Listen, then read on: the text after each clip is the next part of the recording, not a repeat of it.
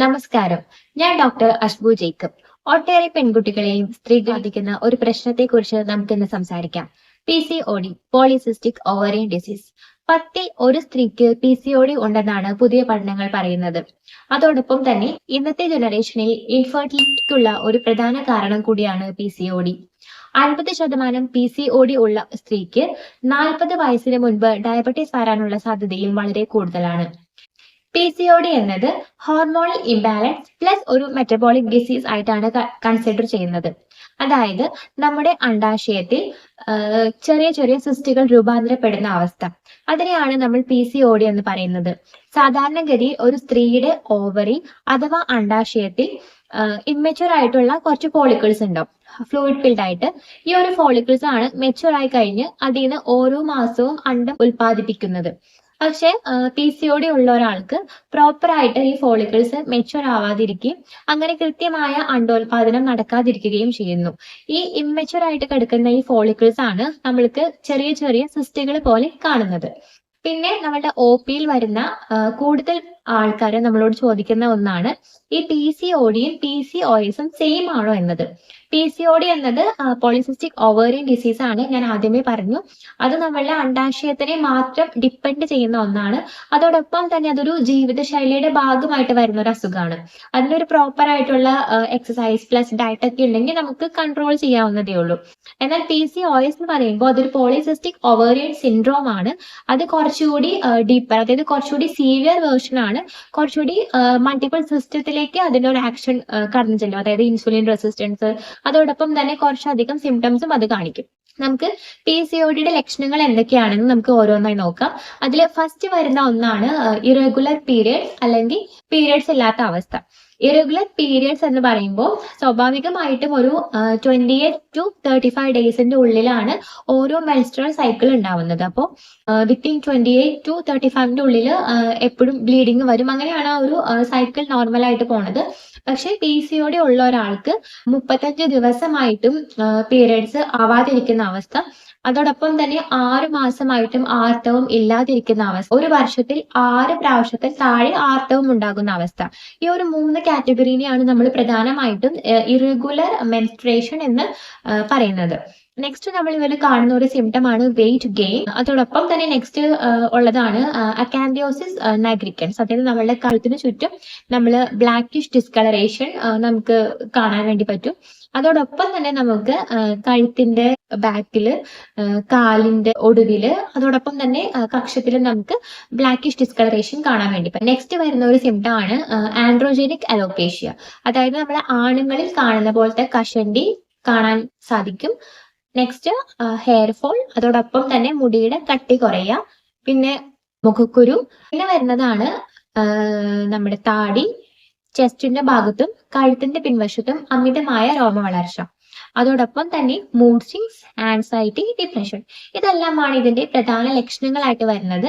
Next PCOD ഉള്ള ഒരാൾക്ക് വരുന്ന ഒരു സംഭവമാണ് ഇൻസുലിൻ റെസിസ്റ്റൻസ്. അതായത് നമ്മൾ സ്വാഭാവികമായിട്ടും നമ്മൾ ഫുഡ് കഴിക്കുമ്പോൾ ആ ഫുഡിൽ നിന്ന് ഗ്ലൂക്കോസ് ആണ്, നമ്മൾ കഴിക്കുന്ന ഫുഡ് ഡയറക്റ്റ് ഗ്ലൂക്കോസ് ആയിട്ടാണ് കൺവേർട്ട് ചെയ്യുന്നത്. ഈ ഗ്ലൂക്കോസ് ആണ് സെൽസിൽ പോയി ഡെപ്പോസിറ്റ് ചെയ്തിട്ട് നമ്മളുടെ ഡേ ടു ഡേ ആക്ടിവിറ്റീസിൽ നമ്മൾക്ക് വേണ്ട എനർജി തരുന്നത്. നമുക്ക് സെൽസിന് ആവശ്യമായിട്ടുള്ള ഗ്ലൂക്കോസും കഴിഞ്ഞ് ഷുഗർ വരുമ്പോൾ ഇതൊക്കെ ഓവർ എക്സസ് ആയിട്ടാണ് ഉണ്ടാവുന്നത്. ഈ എക്സസ് ആയിട്ടുള്ള ഷുഗർ ബ്ലഡിൽ കൂടുമ്പോൾ ബോഡി ഇൻസുലിൻ പ്രൊഡ്യൂസ് ചെയ്യും. ഈ ഇൻക്രീസ്ഡ് ഇൻസുലിൻ ആണ് നമ്മളെ ഈ ഗ്ലൂക്കോസിനെ ഡയറക്റ്റ് ആയിട്ട് ഫാറ്റ് ആയിട്ട് കൺവേർട്ട് ചെയ്യും.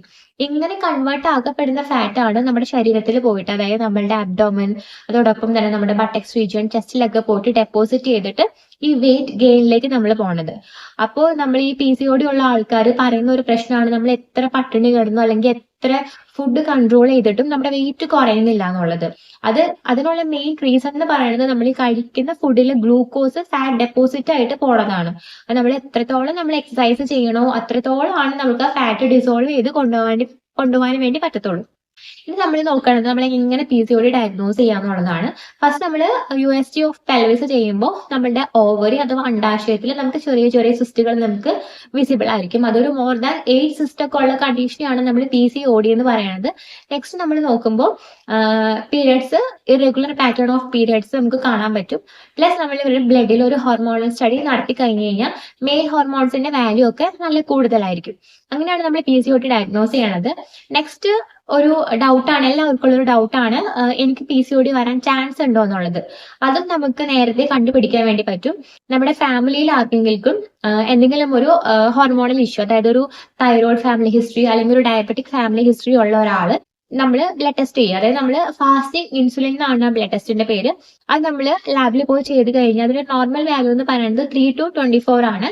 ഇത് മോർ ദാൻ 7 ആണെങ്കിൽ നമുക്ക് ഇൻസുലിൻ റെസിസ്റ്റൻസ് വരാനുള്ള ചാൻസ് ഉണ്ടെന്നാണ്. അപ്പോൾ നെക്സ്റ്റ് നമ്മൾ നമ്മുടെ ഫുഡ് ആണെങ്കിലും എക്സസൈസ് ആണെങ്കിലും ഒക്കെ നല്ല രീതിയിൽ കൺട്രോൾ ചെയ്ത് ഒരു നമ്മളെ USG ഒക്കെ എടുത്ത് നമ്മൾ എന്നെ ഒന്ന് മോണിറ്റർ ചെയ്യാം. അങ്ങനെ ചെയ്താലും നമുക്ക് ഇതിനെ ഒന്ന് കൺട്രോൾ ചെയ്യാൻ വേണ്ടി പറ്റും. ഇനി നമ്മൾക്ക് ഇവരുടെ ഡയറ്റ് നോക്കാം. ഈ ഷുഗർ കൂടുതൽ കഴിക്കുമ്പോൾ അല്ലെങ്കിൽ കൂടുതൽ ഫുഡ് ഇൻടേക്ക് വരുമ്പോഴാണ് ബാക്കിയുള്ള കോംപ്ലിക്കേഷൻസിലേക്ക് പ്രധാനമായിട്ടും പോണത്. അപ്പൊ നമ്മൾ ഷുഗറിന്റെ ഉപയോഗം പരമാവധി കട്ട് ചെയ്യുക. ഷുഗർ ആണെങ്കിലും സ്വീറ്റ്സ് ആണെങ്കിലും ഈവൻ ജാഗറിയുടെ ഉപയോഗം ആണെങ്കിലും കുറയ്ക്കുക. അതോടൊപ്പം തന്നെ മൈദ, white bread, processed food, tin food, packed food, chicken, ഇങ്ങനത്തെ കാര്യങ്ങൾ കംപ്ലീറ്റ് ആയിട്ട് അവോയ്ഡ് ചെയ്യുക. എപ്പോഴും നമ്മൾ ഗ്ലൈസീമിക് ഇൻഡെക്സ് കുറഞ്ഞ ആഹാര പദാർത്ഥങ്ങൾ ഡയറ്റിൽ ഇൻക്ലൂഡ് ചെയ്യുക. അത് പ്രധാനമായിട്ടും നമ്മുടെ ഇലക്കറികള്, പച്ചക്കറികള്, അതോടൊപ്പം തന്നെ നട്ട്സ് നമുക്ക് ചെറിയ ക്വാണ്ടിറ്റിയിൽ കഴിക്കാം. പിന്നെ നമ്മൾക്ക് ബ്രൗൺ റൈസ്, മില്ലറ്റ്സ്, ഓട്സ്, അതൊക്കെ നമുക്ക് ഗുഡ് ഓപ്ഷൻ ആണ്. അതൊക്കെ നമുക്ക് നന്നായിട്ട് ധാരാളം കഴിക്കാവുന്നതാണ്. അതോടൊപ്പം തന്നെ നമുക്ക് ആപ്പിൾ, പിയർ, അതോടൊപ്പം തന്നെ ബെറീസ് ഒക്കെ ഡയറ്റിൽ ഇൻക്ലൂഡ് ചെയ്യാവുന്നതാണ്. നെക്സ്റ്റ് നമ്മൾ നോക്കുന്നത് ഒരു എന്താണ് ഡയറ്റിനോടൊപ്പം തന്നെ PCOD ഏറ്റവും ഇമ്പോർട്ടന്റ് ആയിട്ടുള്ള ഒന്നാണ് നമ്മൾ എക്സസൈസ് എന്ന് പറയുന്നത്. അതായത് നമ്മൾക്ക് ഒരു പരിധി വരെ എക്സസൈസ് കൊണ്ട് നമുക്ക് PCODയെ കൺട്രോൾ ചെയ്ത് നിർത്താൻ വേണ്ടി പറ്റും. നമ്മൾ അഡ്വൈസ് ചെയ്യുന്നത് കൂടുതലും ബ്രിസ്ക് വാക്കിംഗ് ആണ്. അതായത് നമ്മൾ കൈയും കാലും വീശി നന്നായിട്ട് നടക്കും. ഒരു 30 മിനിറ്റ്സ് എങ്കിലും ഡെയിലി നമ്മൾ ബ്രിസ്ക് വാക്കിംഗ് ചെയ്യാം. അതോടൊപ്പം തന്നെ നമുക്ക് ബാഡ്മിന്റൺ ഒരു ഗുഡ് ഓപ്ഷൻ ആണ്, സ്വിമ്മിങ് നമുക്ക് ഗുഡ് ഓപ്ഷൻ ആണ്. ഇതൊക്കെയാണ് നമ്മൾ കൂടുതലും അഡ്വൈസ് ചെയ്യുന്ന എക്സസൈസുകൾ. ഞാൻ ആദ്യമേ പറഞ്ഞു, നമ്മളെ PCOD എന്നത് ഒരു ഹോർമോണൽ പ്ലസ് ഒരു മെറ്റബോളിക് ഡിസീസ് ആണ്. അപ്പൊ മെറ്റബോളിസം എന്ന് പറയുമ്പോൾ എപ്പോഴും നമ്മളുടെ ഒരു ഡൈജസ്റ്റീവ് ഫയർ അല്ലെങ്കിൽ ഒരു ഡൈജഷൻ കറക്റ്റ് ആയാൽ മാത്രമാണ് നമുക്ക് ആ മെറ്റബോളിസം നമുക്ക് കറക്റ്റ് ചെയ്യാൻ വേണ്ടി പറ്റത്തുള്ളൂ. അപ്പൊ നമ്മൾ പ്രോപ്പർ ആയിട്ട് ഫുഡ് കഴിക്കാം പ്ലസ് പ്രോപ്പർ ആയിട്ടുള്ള എക്സസൈസ്, ഈ രണ്ടും ഉണ്ടെങ്കിൽ നമുക്ക് ആ മെറ്റബോളിസത്തിനെ നമുക്ക് കറക്റ്റ് ചെയ്യാൻ വേണ്ടി പറ്റും. നമുക്ക് നെക്സ്റ്റ് ഒരു ആയുർവേദത്തിൽ ഇതിന്റെ മാനേജ്മെന്റ് എന്താണെന്ന് നോക്കാം. ആയുർവേദം പറയുമ്പോൾ നമ്മുടെ PCOD എന്നത് ഒരു ആർത്തവവാഹ സ്രോതസ്സിന് വരുന്ന ഒരു കോട്ടിങ് അല്ലെങ്കിൽ ഒരു ആവരണ ആയിട്ടാണ് നമ്മൾ PCODനെ കൺസിഡർ ചെയ്യണത്. ആയുർവേദത്തിൽ ഇപ്പോഴും ഒരു സപ്തധാതുക്കളാണുള്ളത്. അതിൽ 7ാമത്തെ ധാതുവാണ് നമ്മൾ ശുക്രം അല്ലെങ്കിൽ ഓം എന്നൊക്കെ പറയുന്ന 7th ധാതു. അപ്പോ ഒരു ട്രീറ്റ്മെന്റ് പ്രോട്ടോകോളിലേക്ക് വരുമ്പോഴേക്കും ഈ സപ്തധാതു അതായത് 7 ധാതുക്കൾക്കും പോഷണം തരുന്ന ആഹാരങ്ങൾ നമ്മൾ ഇൻക്ലൂഡ് ചെയ്യാം. അതോടൊപ്പം തന്നെ ഒബേസിറ്റി ഇതിന്റെ ഒരു ഔട്ട്കം ആയിട്ട് ഒബേസിറ്റി വരുന്ന കാരണം ഒബേസിറ്റിയുടെ മാനേജ്മെന്റ് സ്ഥൗല്യ ചികിത്സ പറയുന്നുണ്ട്. പ്ലസ് നമ്മളുടെ ഡൈജസ്റ്റീവ് ഫയർ പ്ലസ് നമ്മളുടെ ഓരോ ധാതുക്കളെ കറക്റ്റ് ചെയ്യാൻ വേണ്ടിയിട്ട് നമ്മൾ ധാതുവാഗ്നി ദീപനായിട്ടുള്ള ട്രീറ്റ്മെന്റുകൾ പറയുന്നുണ്ട്.